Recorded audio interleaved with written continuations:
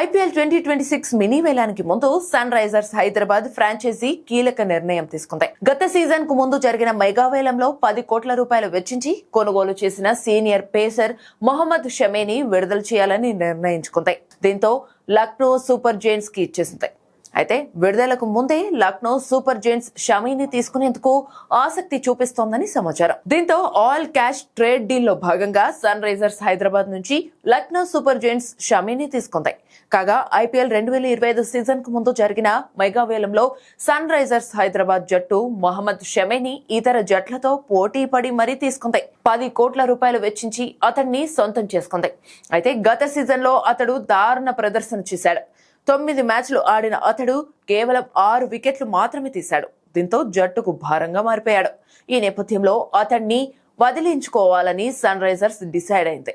అందుకే అతన్ని ఎల్ఎస్జీకి ఇచ్చేసింది.